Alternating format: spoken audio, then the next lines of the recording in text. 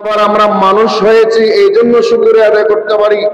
আল্লাহ আমাদেরকে জিন জাতি বানান নাই, আমাদেরকে ফেরেশতা বানান নাই, অন্যান্য প্রাণী জগৎ পশু পাখি আমাদেরকে বানান নাই। মানব জাতির মধ্যে আমাদেরকে নির্বাচিত করেছেন। অথচ অনেক জান, অনেক প্রাণ, অনেক রূহ দিয়ে আল্লাহ জিন বানিয়েছেন। আবার হাজার হাজার কোটি কোটি মিলিয়ন বিলিয়ন ফেরেশতা বানিয়েছেন। আমরা মানুষ বিদায় আমরা আল্লাহ দরবারে শুকরিয়া আদায় করি, যেহেতু আল্লাহ পাক আমাদেরকে মানুষের মধ্যে নির্বাচিত করেছেন বলি আলহামদুলিল্লাহ। আরো জোরে বলি আলহামদুলিল্লাহ। কুরআনে কারীমে যেভাবে আল্লাহ পাক ইয়া আইয়ুহাল্লাযীনা আমানু, হে ঈমানদারগণ বলে আহ্বান করেছেন, আবার অসংখ্য আয়াত পাবেন যে আয়াত আল্লাহ পাক মহব্বত করে ভালোবেসে মানুষকে আহ্বান করেছেন ইয়া আইয়ুহান নাস। চলে বলুন সুবহানাল্লাহ। তিনি খালিক, তিনি মালিক, তিনি লা ইলাহা ইল্লাল্লাহ, তামাম সৃষ্টি জগতের স্রষ্টা। আর তিনি মানুষকে নাম ধরে উদ্দেশ্য করে বলছেন ইয়া আইয়ুহান নাস, হে মানব জাতি, আমার প্রিয়তম বান্দারা। যেটা বলুন সুবহানাল্লাহ। আজকের খুতবায় শুরুতে যে আয়াতে কারিমা তেলাওয়াত করা হলো সূরা ফাতির 5 নম্বর আয়াত, ওই 5 নম্বর আয়াতের সূচনায় আল্লাহ পাক বলেছেন ইয়া আইয়ুহান নাস, হে মানব জাতি। আমরা যেহেতু মানব জাতির মধ্যে আমরা মানুষের মধ্যে মানুষ, তোর মধ্যে আমরা মুসলমান, তোর মধ্যে আমরা মুমিন, তোর মধ্যে আমরা নবী প্রেমিক আশিক রাসূল। জোরে বলুন সুবহানাল্লাহ। তাহলে মানুষের মধ্যে মানুষ শ্রেষ্ঠ। ওই মানুষ বলতে ওখানে মুসলমান, অমুসলমান, ইহুদি, নসরা, খ্রিস্টান সবাই আছে না নাই? কথা বলেন, সবাই আছে। আর আল্লাহ সবাইকে উদ্দেশ্য করে বলেছেন মানুষ কেন শ্রেষ্ঠ। মানুষ শ্রেষ্ঠ হওয়ার পিছনে অনেক কারণ, তার মধ্যে আসল কারণ হলো মানুষের মধ্যে আল্লাহ সৃষ্টির শ্রেষ্ঠ নবী পাঠিয়েছেন। মানুষের মধ্য থেকে নির্বাচিত করেছেন নবীকে। আদম আলাইহিস সালাম থেকে শুরু করে ঈসা রুহুল্লাহ আলাইহিমুস সালাওয়াত ওয়াত তাসলিম পর্যন্ত সমগ্র নবী রাসূলগণ কি ছিলেন? কথা বলেন। কোন নবী জিন জাতির মধ্যে থেকে ছিল না, কোন নবী রাসূল ফেরেশতাদের মধ্যে থেকে ছিল না, কোন নবী রাসূল অন্য কোন জাতি থেকে ছিল না। সমস্ত নবী রাসূল মানব জাতির মধ্য থেকে।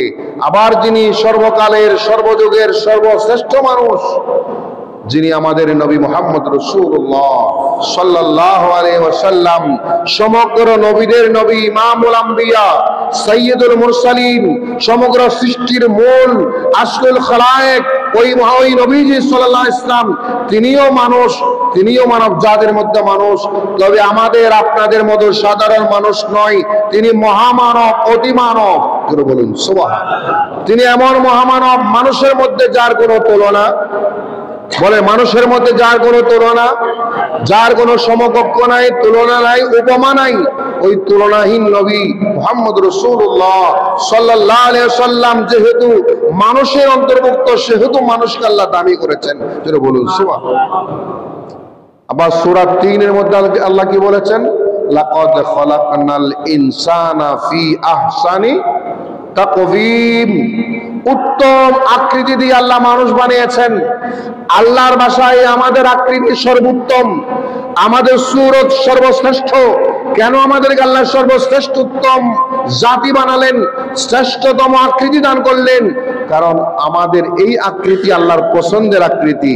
এই সুরত আল্লাহ নবীকে পাঠিয়েছেন, এই মানবীয় আকার দিয়ে আল্লাহ নবীকে পাঠিয়েছেন, এই জন্য মানুষের আকার শ্রেষ্ঠ। সুবহানাল্লাহ। আবার অন্য আয়াতের মধ্যে বলেছেন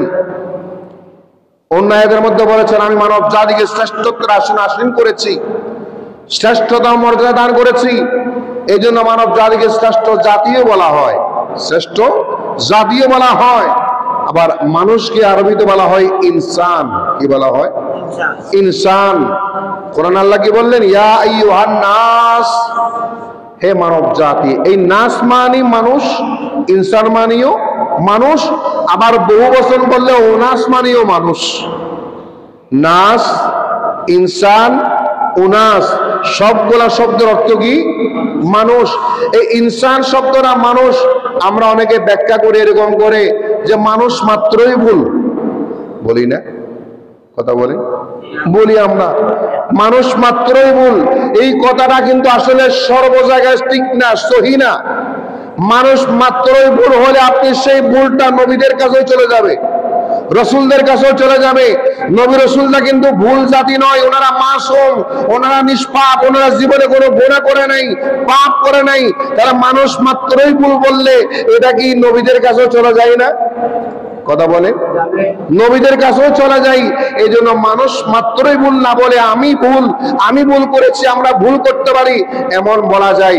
মানুষ মাত্রই ভুল বললে কি হয় জানেন? ওই কথাটা নবী রাসূলদের শানও গুস্তাখি হওয়ার, অপমান হওয়ার, অসম্মান হওয়ার সম্ভাবনা পাওয়া যায়। জোরে বলুন নাউযুবিল্লাহ। আবার অনেকে বলে আল ইনসানু মুরাক্কাবুন বাইনাল খাতাই ওয়ান নিসিয়ান। আরবিতে বলা হয় মানুষ হচ্ছে ভুল ত্রুটি দ্বারা নির্বাচিত, পরিসন্নিবেশিত একটি জাত। এই জন্য মানুষ, ইনসান শব্দটা অনেকে বলেছে নিসিয়ান থেকে এসছে। নিসিয়ান মানে ভুল। নিসিয়ান মানে কি? ভুল। ইনসান শব্দটা নিসিয়ান থেকে উৎসর্গ করলে, উৎপত্তি হলে ব্যাখ্যাটা ভুল হবে বলবো না, অর্থগত দিক দিয়ে খেয়াল করলে শব্দের অর্থ যদি আপনি গবেষণা করেন, মানুষ মাত্রই যদি ভুল হয়, ইনসান যদি নিসিয়ান থেকে উৎপত্তি হয়, এটা যদি শতভাগ ঠিক হয়, তাহলে সেই কথাটা নবী রাসূলদের ব্যাপারে গিয়ে প্রশ্ন আসে, প্রশ্নবিদ্ধ হয়। অথচ নবী রাসূলুল্লাহ ভুল ত্রুটি থেকে মুক্ত। ওনাদেরকে হেফাজত করেন কে? কথা বলেন কে? ওনাদেরকে মাসুম বানিয়েছেন, নিষ্পাপ বানিয়েছেন কে? এই জন্য অনেক মুহাক্কিকিন কেরাম, মুফাসসিরিন কেরাম বলেছেন ইনসান শব্দটা উনস থেকে, উনস, হামজা নুন সিন, উনস। উনস শব্দের অর্থ হচ্ছে আফদাল, উত্তম। উনস শব্দের অর্থ কি? আফদাল, উত্তম, শ্রেষ্ঠ। ইনসান হচ্ছে উনস থেকে, উনস মানে শ্রেষ্ঠ। যেহেতু ইনসান মানব জাতির শ্রেষ্ঠ জাতি, এই জন্য ইনসানকে ইনসান বলা হয়, আল্লাহর পছন্দের বান্দা বলা হয়। জোরে বলুন সুবহানাল্লাহ। আর এই মানুষের যে আকার, মিশকাত শরীফের একেবারে প্রথম নম্বর হাদিস, 1 নম্বর হাদিস, যেটা আল্লাহ ইরশাদ করলেন খলাকাল্লাহু আদামা আলা সূরাতিহি। আল্লাহ পাক আদম আলাইহিস সালামকে সৃষ্টি করেছেন আলা সূরাতিহি, আল্লাহর আকৃতি দিয়ে। আল্লাহর কি কোনো আকার আছে? কথা বলেন, আকৃতি আছে? যদি কেউ আল্লাহর আকৃতি আছে, শরীর আছে, হাত আছে, পা আছে, এটা বিশ্বাস করে তার ঈমান চলে যাবে, বেঈমান হয়ে যাবে। নতুন ভাবে কলমা পড়তে হবে। আল্লাহ হচ্ছেন নিরাকার। কি? নিরাকার, যার কোনো আকার নাই, আকৃতি নাই, সূরত নাই, হাত নাই, পা নাই, শরীর নাই, গঠন নাই। ওনার নাম লা ইলাহা ইল্লাল্লাহ। তাহলে হাদিসে যে বললেন আল্লাহ সূরাতিহি, নিজস্ব আকৃতি দিয়ে তৈরি করেছেন, এটার একটা ব্যাখ্যা আছে না নাই? এটার ব্যাখ্যা কি? আল্লাহ আদম তৈরি করেছেন আল্লাহর কুদরতি অন্তরের কল্পনা মোতাবেক, কুদরতি অন্তরের প্ল্যান মোতাবেক, পরিকল্পনা মোতাবেক আদম তৈরি করেছেন। জুড়ে বলুন সুবহান। আর আদম আলাইহিস সালামের যে সূরত, ওই সূরতটা হচ্ছে আল্লাহর নবী মুহাম্মদ রাসূলুল্লাহ সাল্লাল্লাহু আলাইহি সাল্লামের জন্য নির্বাচিত করে রেখেছেন। যেহেতু এই সূরতটা আল্লাহ নবীকে দিয়েছেন, ওই নবীর কারণে, যেহেতু নবীজি মানুষ, এই জন্য সকল মানুষকে আল্লাহ একই আকৃতি দিয়েছেন। জুড়ে বলুন সুবহান। তাহলে ইয়া আইয়ুহান নাস, এই আহ্বানটা প্রমাণ করে আল্লাহ সকল বান্দাদেরকে আহ্বান করে বলেছেন, আহ্বান করে বলছেন, হে আমার প্রিয়তম বান্দারা, আমি তোমাদের মহব্বত করি, আমি তোমাদের ভালোবাসি, তোমাদেরকে আমি অনেক মহব্বত করে তৈরি করেছি, অনেক মহব্বত করে সৃষ্টি করেছি আমাকে চিনার জন্য, আমি রবকে চিনার জন্য, আমি খালিককে চিনার জন্য, আমার বندگی করার জন্য, এবং শেষ ঠিকানা তোমাদের যাতে জান্নাতে হয়। জোরে বলুন সুবহান।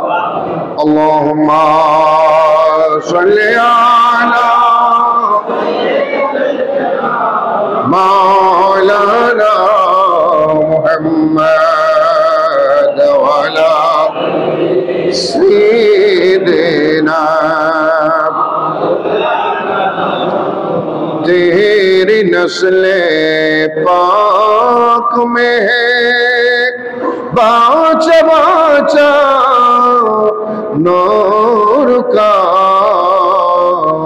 तो है आईने नूर तेरा सब घराना नूर का अल्लाहुम्मा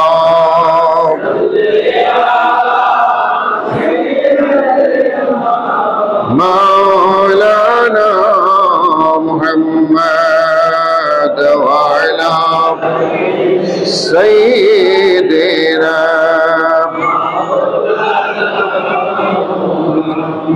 সূরা ফাতিরের ৫ নম্বর আয়াত আল্লাহ পাক এরপরে বললেন ইন্না ওয়াদাল্লাহি হাক্কুন, ইন্না ওয়াদাল্লাহি হাক্কুন, নিশ্চয়ই আল্লাহর ওয়াদা, আল্লাহ পাকের অঙ্গীকার হকুন, সত্য। আল্লাহর অঙ্গীকার হক, আল্লাহ অঙ্গীকার করেছেন, সে অঙ্গীকার কি? হক এবং সত্য, ওটাকে মিথ্যাচার করার কোনো সুযোগ নাই। যেটা বলুন সুবহানাল্লাহ। আল্লাহ রাব্বুল আলামিন কি অঙ্গীকার করেছেন? আল্লাহর অঙ্গীকার কি? আল্লাহর ওয়াদা কি? আল্লাহর ওয়াদা বলতে কি বুঝাই? মা ওয়াদুল্লাহ, আল্লাহর ওয়াদা কি, কিরকম, কেমন? আল্লাহ বলছেন বান্দা আমি তোমাদের মানুষ বানিয়েছি, আমি তোমাদের উত্তম জাতি বানিয়েছি, আমার পছন্দের জাতি বানিয়েছি। ও আমার বান্দা ইন্না ওয়াদাল্লাহি হাক্কুন, আমি আল্লাহর অঙ্গীকার সত্য। অঙ্গীকারটা কিরকম? আল্লাহ অঙ্গীকার করেছেন, হে আমার বান্দারা তোমরা যদি আমার উপর বিশ্বাস করো, আমার উপর ঈমান আনো, আমার কিতাবকে বিশ্বাস করো, আমি যে নবী রাসূল প্রেরণ করেছি তাদের বিশ্বাস করো, আমার কিতাব বিশ্বাস করো, পরকাল বিশ্বাস করো, জান্নাত জাহান্নাম বিশ্বাস করো, তাহলে আমি আল্লাহ তোমাদের যে নিয়ম কানুন বিধিবিধান শরীয়তের নিয়ম কানুন দান করেছি, আমি আল্লাহ তোমাদের উপর কতগুলা বিধান ফরজ করে দিয়েছি, কতগুলা বিধান ওয়াজিব করা হলো, আবশ্যক করা হলো। ওই ওয়াদা ওই আমলগুলা যদি বরাবর তোমরা আদায় করো, আমি আল্লাহ তোমাদের জন্য ওয়াদা করেছি, আমি আল্লাহ তোমাদের কবরে হাসরে তোমাদের শেষ ঠিকানা জান্নাতে করে দিব। জোরে বলুন সুবহানাল্লাহ। আবার আল্লাহর ওয়াদা কি? আল্লাহ বলেন আমি ওয়াদা করি, আমি আল্লাহ তোমাদের রিজিক দাতা, হায়াতের মালিক, মৃত্যুর মালিক, আমি আল্লাহ তোমাদের খাওয়ানোর মালিক, রিজিকের মালিক। রিজিক নিয়ে তোমাদের টেনশন করতে হবে না, রিজিক নিয়ে তোমাদের চিন্তা করতে হবে না। অথচ আমরা মানুষরা সকাল থেকে রাত পর্যন্ত আমাদের টেনশন কি নিয়ে? কথা বলেন, রিজিক নিয়ে, টাকা নিয়ে, সম্পদ নিয়ে, ধন নিয়ে, দৌলত নিয়ে, জায়গা জমিন নিয়ে, বিভিন্ন অ্যাসেট নিয়ে। অথচ সেই রিজিক আমাকে সৃষ্টি করার 50,000 বছর আগে, কত হাজার? আমাকে আপনাকে সৃষ্টির 50,000 বছর আগে আল্লাহ পাক আপনার রিজিক সৃষ্টি করেছে। আল্লাহু আকবার।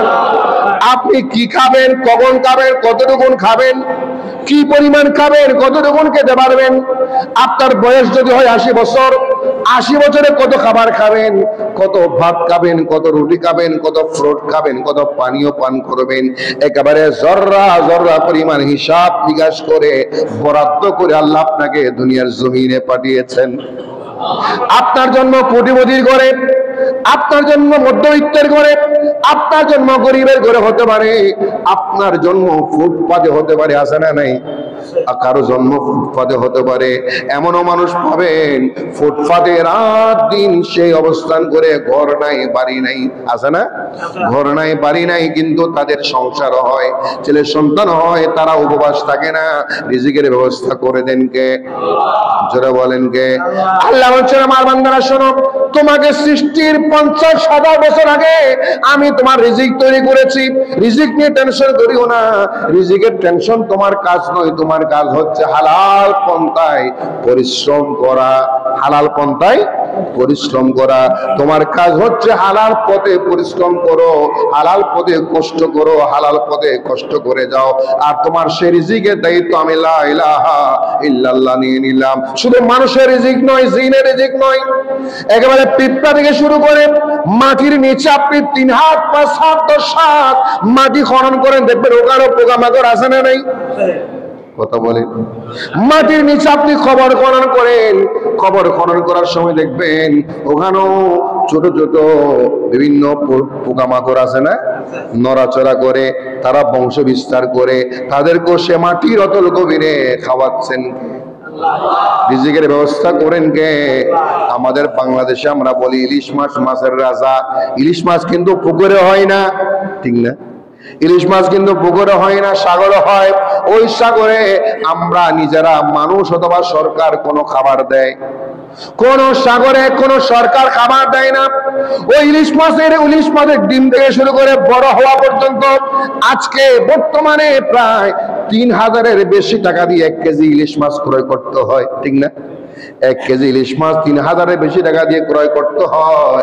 এই ইলিশ মাছ কাতলা মাছের শ্রেষ্ঠ মাছ বলা হয়, মজার মাছ বলা হয়। একবার চিন্তা করেন, ওই ইলিশ মাছকেও আপনার জন্য তৈরি করেছেন কে?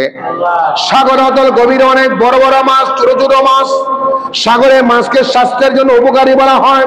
এই স্বাস্থ্যের জন্য কল্যাণকর উপকারী মাছগুলো আল্লাহ পাক আপনার জন্য বড় করছেন, আপনার জন্য রিজিকের ব্যবস্থা করে দিচ্ছেন, আপনার খাবারের জন্য ব্যবস্থা করে দিচ্ছেন। আপনি কি খাবেন, কখন খাবেন, কোথায় খাবেন? আজকে খাগড়াছড়ি খাবেন নাকি ঢাকায় খাবেন? আজকে খাগড়াছড়ি খাবেন নাকি চট্টগ্রামে খাবেন, নাকি খাবেন না, তার সিদ্ধান্ত কার হাতে? অথচ টেনশন করি আমরা। দায়িত্ব নিয়েছেন কে? আপনার রিজিকের দায়িত্ব আল্লাহর। আপনাকে কত সম্পদের আপনি মালিক হবেন, দায়িত্ব আপনার না? দায়িত্ব কে নিয়েছেন? আল্লাহ নিয়েছেন। অথচ সেই দায়িত্ব আমরা নিজে পালন করতে গিয়ে আমরা কত মারামারি, হানাহানি, ঝগড়া, ফসাদ, অন্যায় অনাচার করতে করতে সমাজে দেশে অশান্তি সৃষ্টি করি। অথচ দায়িত্বটা আমাদের ছিল না। ওই জিম্মাদার নিয়েছেন কে? 12 পারার প্রথম আয়াত, ওয়ামা মিন দাবাতিন ফিল আরদি ইল্লা আলাল্লাহি রিজকুহা।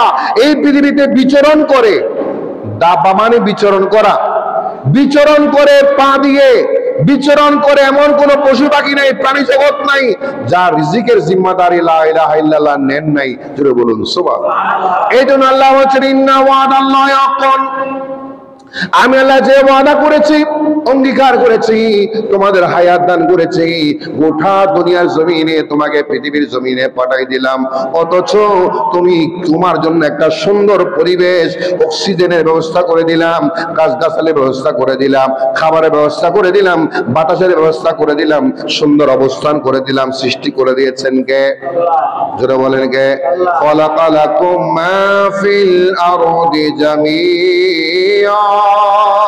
আল্লাহ হচ্ছেন আমি আল্লাহ, তোমার জন্য এই পৃথিবীর যা আমি সৃষ্টি করেছি সবকিছু তোমরা উপভোগ করার জন্য, তোমাদের জন্য তৈরি করেছি, তোমাদের জন্য দিয়েছি। আল্লাহ আমাদের দেওয়ার ক্ষেত্রে আল্লাহর ওয়াদা ঠিক আছে না নাই? জোরে বলেন, আল্লাহর ওয়াদা ঠিক রয়েছে। আপনি যখন মায়ের গর্ভে ছিলেন, আপনি দুনিয়ার জাহেরি দুনিয়ার কোনো খাবার আপনার মা আপনাকে দিতে পারে নাই, আমার মা আমাকে দিতে পারে নাই। আপনি সে মায়ের গর্ভে 8 মাস 9 মাস 9.5 মাস ছিলেন। ও 1 সেকেন্ডের জন্য আপনার খাবারের চিন্তা করতে হয় নাই, 1 সেকেন্ডের জন্য আপনি পানীয়র চিন্তা করতে হয় নাই। যখন যা প্রয়োজন হবে দিয়েছেন কে? জোরে বলেন কে? এই জন্য আমরা বিশ্বাস করি ইন্না ওয়াদাল্লাহি হাক্কুন।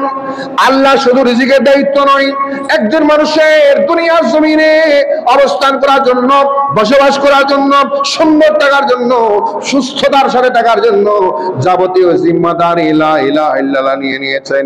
এই জন্য আল্লাহ বলেছেন, ইন্নাকা লা তুখলিফুল মিআদ। আমার আল্লাহ কখনো ওয়াদা ভঙ্গ করে না। আল্লাহর ওয়াদা ছিল, আল্লাহ ওয়াদা করেছে আমি আল্লাহ তোমাদের সৃষ্টি করেছি, তোমাকে দুনিয়ার জমিন দান করেছি, এই পৃথিবী দান করেছি, পৃথিবীতে বসবাস করার মতো অবস্থান দান করেছি, মৃত্যুর পরে তোমাকে জান্নাত দান করব। আমি আল্লাহ ওয়াদা করেছি, তোমার খাবার, তোমার রিজিক, তোমার হায়াত, তোমার বাসস্থান সবকিছু আমি আল্লাহ দায়িত্ব নিলাম। আল্লাহ দায়িত্ব মোতাবেক বরাবর ওয়াদা তিনি পালন করেছেন।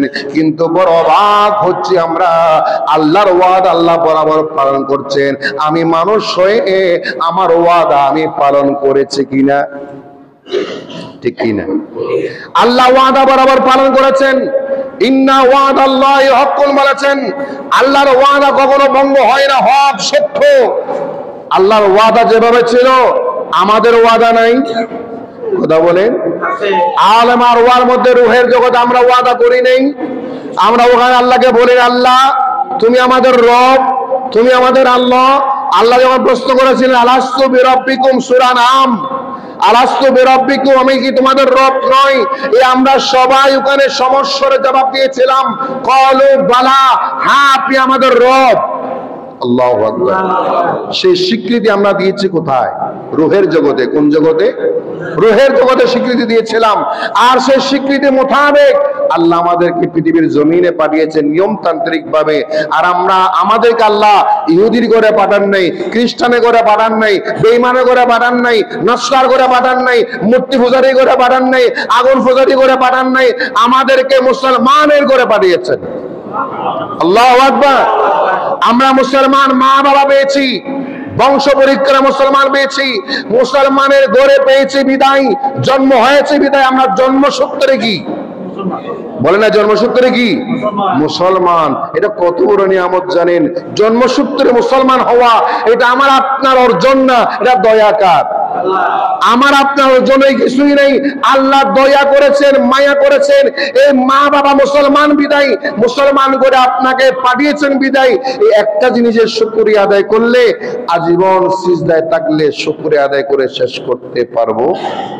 আল্লাহ তুমি আমাকে মুসলমানে করে পাঠিয়েছো। মা বাবা থেকে আমি ইসলাম শিখেছি। জন্মের পর আমার কানে কি এসেছিল? আল্লাহু আকবারের ধ্বনি। জন্মের পর আমার কানে আল্লাহু আকবারের ধ্বনি, আশহাদু আন্না মুহাম্মাদার রাসূলুল্লাহর ধ্বনি, হাইয়া আলাস সালার ধ্বনি, হাইয়া আলাল ফালার ধ্বনি, লা ইলাহা ইল্লাল্লাহর আওয়াজ আমার কানে এসে আল্লাহ পাক আমাকে খুশি করেছেন। বান্দা, আমি ওয়াদা করেছিলাম, অঙ্গীকার করেছিলাম, তোমাকে মুসলমানে করে পাঠাবো, মুসলমানে করে পাঠিয়েছি। দেখো তোমার মা বাবা খুশি হয়ে তোমার কানে আজান দিচ্ছে, একামত দিচ্ছে, আমি আল্লাহর ধ্বনি তোমাকে শোনাচ্ছে। তাহলে তুমি ক্ষান্ত হয়ে যাও, শান্তি হয়ে যাও। তুমি কোনো কাফেরে করে আসো নাই, মুসলমানে করে তোমার জন্ম হয়েছে। জুড়ে বলুন সুবহান। আল্লাহর ওয়াদা ছিল। আল্লাহ পাক ওয়াদা ভঙ্গ করেন না, ওয়াদা পালন করেন ইনশাআল্লাহ। এখনো যারা ঈমানদার হয়ে মৃত্যুবরণ করেছেন, আপনি বিশ্বাস করেন তাদের কবর বেহেশতের বাগান। 100 বছর পরে কবর খনন করলে ওই জান্নাতি মানুষের কবর এখনো লাশের কাপড়ের দাগ পর্যন্ত লাগে নাই। আছে না নেই? বলে আছে না নেই? এমন নেককার আল্লাহ ওয়াল আল্লাহর বন্ধু আছে না নেই? আল্লাহর বন্ধু আছে হাজার হাজার প্রমাণ। অথচ মানুষ মৃত্যুবরণ করলে আমরা বলি তার হাড় মাংস অস্তিত্ব 2-4-5 দিন পরে কিছুই থাকে না। কিন্তু যারা নেককার বান্দা, আল্লাহর ওলি, নেককার বান্দা, মুসলমান, খাঁটি মুসলমান, বাস্তব ইমানদার বান্দা, আল্লাহ ওয়ালা বান্দা, এদের কবরের, এরা কবরে শুধু জীবিত না, আল্লাহ তাদের কবরে রিজিকও দেন। কি দেন? রিজিকও দেন। এই জন্য আল্লাহ বলেছেন ইন্না ওয়াদাল্লাহি হাক্কুন, আমি আল্লাহর ওয়াদা হক, আমি আল্লাহ কখনো কোনো ওয়াদা ভঙ্গ করি না। জোরে বলুন সুবহান। আমাদের ওয়াদা আমরা ভঙ্গ করি। আমাদের ওয়াদা কি ছিল? আল্লাহ তুমি আমাদের রব, তুমি আমাদের খালিক, তুমি আমাদের সৃষ্টিকর্তা। বিশ্বাস করেছিলাম, ঈমানও এনেছিলাম, কলমাও পড়েছিলাম, কিন্তু সেই বিশ্বাস মোতাবেক আমরা চলাফেরা করি। কথা বলে চলাফেরা করি না। সেই বিশ্বাস ছিল, আল্লাহ শুধু ওয়াদা ছিল আমি মুসলমান। মুসলমান মানে একটা নীতির মধ্যে চলবে, আদর্শের মধ্যে চলবে, শরীয়তের একটা ধারাবাহিক নিয়ম কানুন আছে না নাই? মুসলমান হিসেবে চলার কথা ছিল, কিন্তু আমি সেই পথে মতো চলি না, ইচ্ছা মতো চলি, যেমন খুশি তেমন চলি। দুনিয়াটা মস্ত বড়, খাওয়া দাওয়া ফুর্তি করো, যেমন ইচ্ছা তেমন করি, গান বাজনা বাদ্য যন্ত্র, অন্যায় অনাচার, আড্ডা গল্প গুজবে রাত দিন নষ্ট হয়ে যায়। আল্লাহর পথে একটা সিজদা দেওয়ার সময় আমার হয়, ঠিক কিনা? একটা সিজদা দেওয়ার সময় হয় না। এটা কি ওয়াদা খেলাপ নয়? এটা কি অঙ্গীকার খেলাপ করা নয়? আমি তো ওয়াদা করেছিলাম নামাজ পড়বো, তোমাকে মানবো, তোমাকে বিশ্বাস করব, তোমার কথার বাহিরে যাব, তোমার কথার বাহিরে যাব না। ও আল্লাহ, তোমার কথার বাহিরে যাব না, তোমার আদেশের বাহিরে যাব না, তোমার নবীর আদেশের বাহিরে যাব না, তোমার কোরআনের বাহিরে যাব না। অথচ আমাদের জীবন খেয়াল করে আমরা আল্লাহর আদেশ কতটুকু মানি, কতটুকু বিশ্বাস করি, কি পরিমাণ মানি, কতটুকু মানি, নিজেকে নিজে আপনি অ্যানালাইসিস করেন। যতক্ষণ আমরা মসজিদে থাকি ততক্ষণ আমরা ঠিক থাকি। মসজিদ থেকে বের হলে আবার আমরা দুনিয়ার তালে এমন ভাবে পড়ে যাই, আল্লাহকেই ভুলে যাই। ঠিক না বেটি?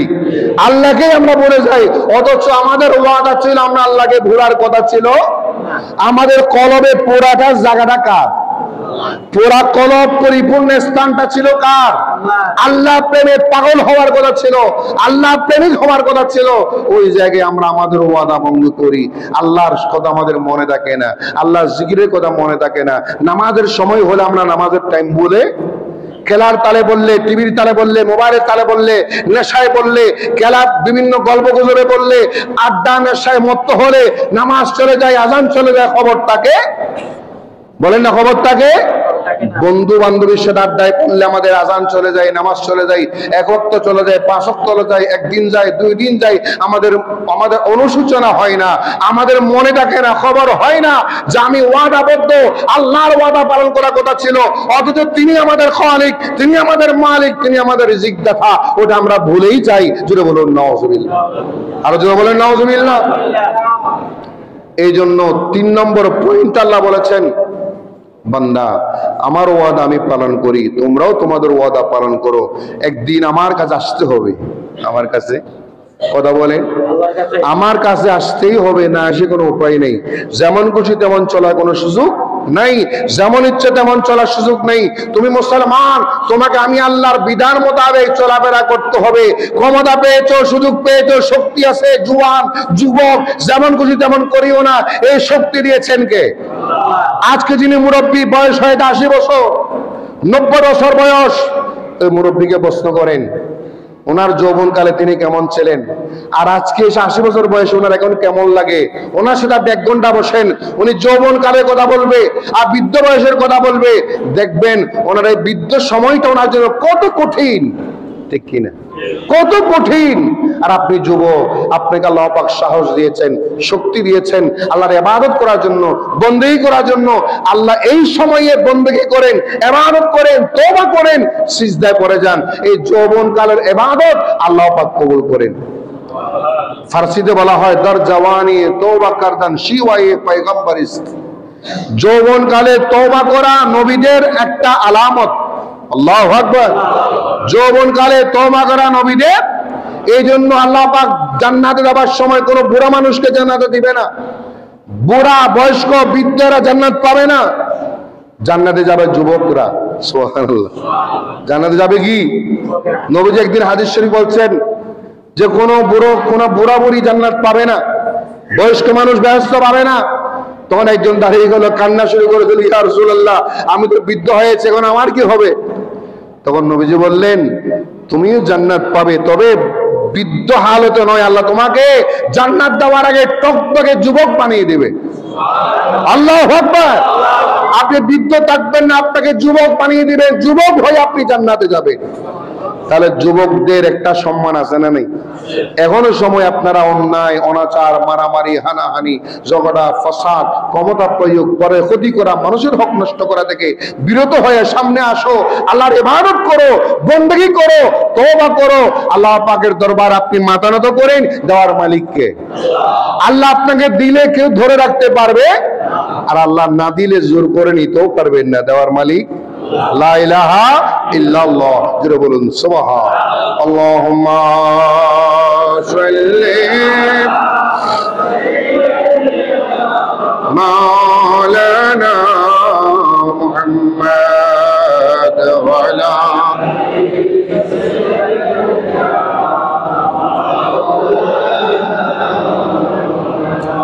সূরা ফাতিরের 5 নম্বর আয়াতের মাঝখানে গিয়ে আল্লাহ পাক বললেন, একটা আদেশ দিলেন, একটা আদেশ করলেন, নিষেধাজ্ঞা জারি করে দিলেন, হে আমার বান্দারা, ফালা তাগুররান্নাকুমুল হায়াতুদ দুনিয়া, সাবধান, তোমরা সতর্ক হও, সচেতন হও, অ্যালার্ট হও, দুনিয়ার হায়াত যাতে তোমাদেরকে ধোঁকা না দেয়। কি বলেছেন? দুনিয়ার হায়াত, দুনিয়াবী জীবন যাতে তোমাদের কি না দেয়, ধোঁকা না দেয়। এই দুনিয়াবী জীবনটা তোমাদের যাতে ধোঁকা না দেয়। আচ্ছা বলেন, এই দুনিয়াবী জীবন কি ধোঁকা দেওয়ার জন্য? ধোঁকার শব্দ আসবে কেন এখানে? ধোঁকা হবে কেন? ধোঁকার শব্দ আল্লাহ কেন বললেন? কারণ আছে না নাই? বলেন কারণ আছে না নাই? মন গড়া কথা বলার সময় নেই, সুযোগও নেই, আমরা বলিও না। তাফসীর গুলো দেখেন, হাদিস শরীফ দেখেন, নবীজি কি বলেছেন, দুনিয়া কিভাবে মানুষকে ধোঁকা দেয়। এই দুনিয়ার ধোঁকাটা বড়ই মারাত্মক। যখন মানুষ দুনিয়ার পিছনে পিছনে ঘুরতে ঘুরতে ঘুরতে যৌবনকালের মানুষটা বৃদ্ধ হয়ে যায়, আল্লাহর প্রতি আসে না, কোরআনের প্রতি আসে না, নামাজ পড়তে আসে না। বৃদ্ধ বয়সে যখন দুনিয়াবি হায়াত সে হারাই ফেরে, তখন সে কোথায় আসে? নামাজ পড়তে আসে, হজ করতে যায়, যাকাত দিতে যায়, ও রোজা রাখতে যায়। দেখা যায় তখন এমন সময়ে নামাজ পড়তে আসে যৌবনকালে একেবারেই পড়ে নাই, এমন সময়ে নামাজ পড়তে আসছে যে সময়ে তার ওযু আছে না নাই সেটাও মনে থাকে না। ঠিক না বেটি? কথা বলে ঠিক না বেটি? ওযু আছে না নাই সেটাও মনে থাকে না। অথচ আল্লাহ বলেছেন দুনিয়ার হায়াত যেন তোমাদের দুঃখ না দেয়। এই দুঃখটা কেন? দুনিয়ার পিছনে ঘুরতে ঘুরতে তুমি পরকাল বলে যাইও না, আল্লাহকে বলে যাইও না, রসুল বলে যাইও না, দিন ধর্ম বলে যাইও না, ইসলাম বলে যাইও না। দুনিয়ার জীবন যাপন করো, মনে রাখবে কাকে? আবার এমন না দুনিয়াদারি ছেড়ে, সবকিছু ছেড়ে আপনি শুধু আল্লাহওয়ালা পরহেজগার হয়ে পাহাড়ে পাহাড়ে পাগলামি করবেন, ঘুরবেন, এমন না। দুনিয়ার জীবনটা দিয়েছেন কে? ওটা আপনাকে করতে হবে। দুনিয়াবি লেনদেন, বিবাহ শাদী, সামাজিকতা আছে না নাই? কথা বলেন। অনেকে নাস্তিকরা প্রশ্ন করে, তাহলে তো আমরা সামাজিকতা করতে পারবো না, সমাজের কাজ করতে পারবো না, পারিবারিক জীবন করতে পারবো না, এভাবে করে প্রশ্ন করে। না, আল্লাহ তো বলেছেন দুনিয়াবি জীবন আল্লাহ দিয়েছেন, দুনিয়া জীবন যাপন করো, ওই দুনিয়ার জীবনটা নবীজির সুন্নাহ মোতাবেক করো। আল্লাহু আকবার। নবীজির আদর্শ মোতাবেক করো। এই দুনিয়া যেন তোমাদের দুঃখা না দেয়, গাফেল না বানাই। দুনিয়ার প্রেমে পড়ে, ধন সম্পত্তির প্রেমে পড়ে, জায়গা জমিনের প্রেমে পড়ে, দুনিয়ার অঢেল সম্পদের মালিক হওয়ার প্রেমে পড়ে আল্লাহকে ভুলে যাইও না। বলুন সুবহানাল্লাহ। আল্লাহকে ভুলে যাইও না। এমনও হয় মানুষটার কাছে টাকা না থাকলে, পয়সা না থাকলে 5 ওয়াক্ত নামাজ বরাবর, যখন সে একটু কাজ পেয়ে, চাকরি পায়, ব্যবসা পায়, দিনের দিন ব্যস্ত হয়ে যায়, দেখা যায় ফজরের নামাজ পড়তে পারে না, জোহর পড়তে পারে না, আসর পড়তে পারে না, মাগরিব পড়তে পারে না, এসাও পড়ে না, রাত্রিবেলায় কজা করে, আরো কিছুদিন পরে ব্যবসা আরো বেড়ে গেলে কজাও করার সময় পাই না। এটা কি দুনিয়ার ধোঁকা নয়? কথা বলেন, এটা কি দুনিয়ার ধোঁকা নয়? আপনি আগে বেকার ছিলেন, গরিব ছিলেন, নামাজ পড়েছেন, এখন আপনি ধনী হয়ে গেছেন, নামাজ ছেড়ে দিলেন। তার মানে কি আপনি ধনী হওয়াটাই কি আপনার জন্য বড়? এই ধনীত্বকে ফকির বানাতে কতক্ষণ লাগে? 1 সেকেন্ড লাগবে। ক্ষমতা কার? আল্লাহ আপনাকে সুযোগ দিয়েছেন। গরিবী হালত একটা পরীক্ষা, ধনী হালত একটা, গরিব বানিয়েছেন একটা পরীক্ষা, ধনী বানিয়েছেন এটাও একটা পরীক্ষা। আল্লাহকে বলে গেলে চলবে না। এই জন্য ফালা তাগররান্নাকুমুল হায়াতুদ দুনিয়া বলেছেন, এই দুনিয়ার হায়াত যেন তোমাকে ধোঁকা না দেয়, পথভ্রষ্ট না করে, দুনিয়ার প্রেমে পড়ে পাগলামি করে আখিরাত ভুলে যাইও না, পরকাল ভুলে যাইও না। এই জন্য আমাদেরকে মনে রাখতে হবে দুনিয়ার জীবন যাপন করব, পরকালের জন্য সম্পদ অর্জন করব, পাতেই অর্জন করব। যদি বলুন সুবহানাল্লাহ। মনে করে একটা জাহাজ, একটা কি জাহাজ, জাহাজ চলে কোথায়? কথা বলেন, পানিতে। জাহাজের জন্য কিসের প্রয়োজন? পানির প্রয়োজন। যতক্ষণ জাহাজের চতুর্পাশে নিচে ডানে বামে পানি থাকে ততক্ষণ জাহাজটা ভালো, জাহাজটা নিরাপদ, মুক্ত। আচ্ছা বলেন, জাহাজের নিচে যদি একটা ছিদ্র হয়ে যায়, পানি যদি জাহাজের উপর উঠে যায়, তখন জাহাজ কি নিরাপদ? কথা বলেন। অথচ সেই জাহাজটা পানি ছাড়া চলতে পারে, একটু বোঝার খেয়াল করেন, সেই জাহাজটা পানি ছাড়া চলতে পারে। জাহাজ কি রাস্তায় চলে ভাই? জাহাজ কি আপনার মেন রোডে চলবে? না। জাহাজের জন্য কি লাগবে? পানি লাগবে। ওই পানিটা জাহাজের জন্য নিরাপদ, ভালো। কতক্ষণ? যতক্ষণ জাহাজের নিচে থাকে। জাহাজের নিচে থাকে, ডানে থাকে, বামে থাকে, সামনে থাকে, পিছনে থাকে। যখন সেই পানি জাহাজের উপরে উঠে যায়, বুঝতে পেরেছেন কথাটা? যখন সেই পানি জাহাজের উপরে উঠে যায় তখন কি জাহাজ কি নিরাপদ? না। এই কথাটা এই জন্য বললাম, জাহাজের উদাহরণ হচ্ছে মানুষের মতো, মানুষ হচ্ছে জাহাজের মতো, এই দুনিয়া হচ্ছে পানির মতো। যতদিন আপনি দুনিয়াকে ব্যবহার করে পরকালের সম্পদ অর্জন করবেন ততদিন আপনার জন্য দুনিয়াটা ভালো। আবার যখন দুনিয়াটা আপনার পুরা কলবে ঢুকে যায়, আল্লাহকে বের করে দেয়, রসুলকে বের করে দেয়, পরকাল বের করে দেয়, তখন আপনি ওই দুনিয়া আপনার জন্য নিরাপদ নয়। ওই পানি আপনার জন্য যেভাবে জাহাজের জন্য নিরাপদ নয়, ওই দুনিয়াটাও মানুষের জন্য নিরাপদ নয়। চিন্তা করতে হবে পরকালের, আমাকে মৃত্যুবরণ করতে। আচ্ছা বলেন ভাই, যার কাছে মৃত্যুরই চিন্তা রাখবে সে কি চুরি করতে পারবে? কথা বলে, ডাকাতি করতে পারবে, সন্ত্রাসী করতে পারবে, চাঁদাবাজি করতে পারবে, মানুষের হক নষ্ট করতে পারবে, পরের হক নষ্ট করতে পারবে? পারবে না। অন্যায় করতে পারবে না, কারণ তার অন্তরে ভয় আছে কার? শেখ ফরিদউদ্দিন আত্তার রহমতুল্লাহ আলাইহি যৌবনকালে তিনি ব্যবসায়ী ছিলেন, ফার্মেসি ছিল এবং আতর ব্যবসায়ী। কি ব্যবসায়ী? উনি আতর ব্যবসা করতেন, একজন আত্তার বলা হয়, আতর ব্যবসায়ী। একদিন ওনার দোকান ছিল, তিনি তখন যৌবনকালে এত বেশি ইবাদতের দিকে মনোযোগ দেন নাই, ইবাদত করতেন, বেশি মনোযোগী ছিলেন না। ওনার দোকানে একজন বুজুর্গ মানুষ আসলেন, পাগলের মতো বুজুর্গ মানুষ। উনি এসছেন, উনি এসে ওনার সাথে কথা বলে না, কতক্ষণে এই শিশির দেখে, কতক্ষণে এই আলমিরা দেখে, কতক্ষণে এই আলমিরা দেখে, শুধু চেক আপ করে শিশির গুলা দেখতেছে, আতরের শিশির আছে না। অনেকক্ষণ পরে শেখ ফরিদউদ্দিন আত্তার বললেন, ভাই আপনি আমার দোকানে আসছেন, অনেকক্ষণ হয়ে গেল, আপনি কোনটা নিবেন, কি নিবেন বলেন, আমার দোকানে আরো কাস্টমার আসবে, আরো কাস্টমার আসবে, আপনি কি নিবেন বলেন। তখন তিনি বললেন, আমি একটু দেখতেছি আপনার দোকানটা অনেক শিশির, আমি এখন আপাতত কিছু নিব না। এটা বলে তিনি আরো দেখতেছেন, আরো সময় কেমন করলেন, আরো 1 ঘন্টা হয়ে গেল। এখন শেখ ফরিদউদ্দিন আত্তার একটু সামান্য রাগ বাপ ও বুজুর্গকে বললেন, আপনি কিছু নিলে নেন, না নিলে কেন আসছেন বলেন। তখন সে বুজুর্গ বললেন, আমি চিন্তা করতেছি আপনার যখন মত আসবে আপনার রুটা কোন শিশিরে ঢুকবে। এখানে এত শিশির রাখছেন, এত বোতল রাখছেন ছোট ছোট, আপনার রুটা লুকাতে লুকাতে, নিজেকে বাঁচাতে বাঁচাতে কত শিশিরে ঢুকবে, কিন্তু বাঁচতে পারবে না। আল্লাহু আকবার। শেখ ফরিদউদ্দিন আত্তার তারপর একটু কঠিন ভাবে জবাব দিলেন, ভাই আপনি কথাটা বললেন, আমার জানের চিন্তা আপনি করিয়েন, আপনি আপনার জানের চিন্তা করেন, আমার জানের চিন্তা আপনি এরকম কথা বলবেন না। অনেক সময় আমাদেরকে অনেক মানুষকে উপদেশ দেয়, আমরা তাকে ব্যঙ্গ বিদ্রুপ করি, আছে না, তুমি আমার চিন্তা করিও না, তোমার চিন্তা করো, এরকম বেয়াদবি অহংকারমূলক শব্দ বলা যাবে। তখন তিনি বললেন, আমি, ওই বুজুর্গরা বলতেছেন, আমি আমার চিন্তা করতেছি, আমার চিন্তা করে তোমার জন্য চিন্তা করতেছি। সুবহানাল্লাহ।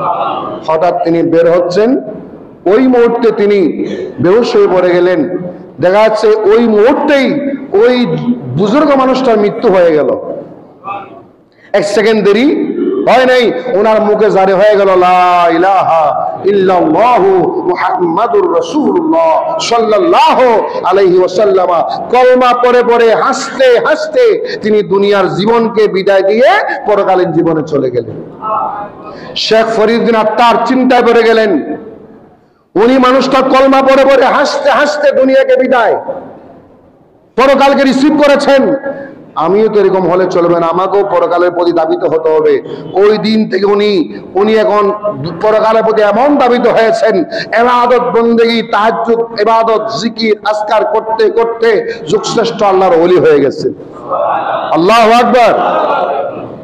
আল্লাহর বন্ধু হওয়া যায় কষ্ট করে, পরিশ্রম করে। এই জন্য আল্লাহ বলেছেন, এই দুনিয়ার হায়াত যাতে তোমাদের ধোঁকা না দেয়। আল্লাহ পাক আমাদেরকে দুনিয়ার ধোঁকা থেকে বাঁচার তৌফিক দান করুক, আমিন। দুনিয়াবি ধোঁকা থেকে বাঁচার তৌফিক দান করুক, আমিন। পরকালীন চিন্তা চেতনা করার তৌফিক দান করুক, আমিন।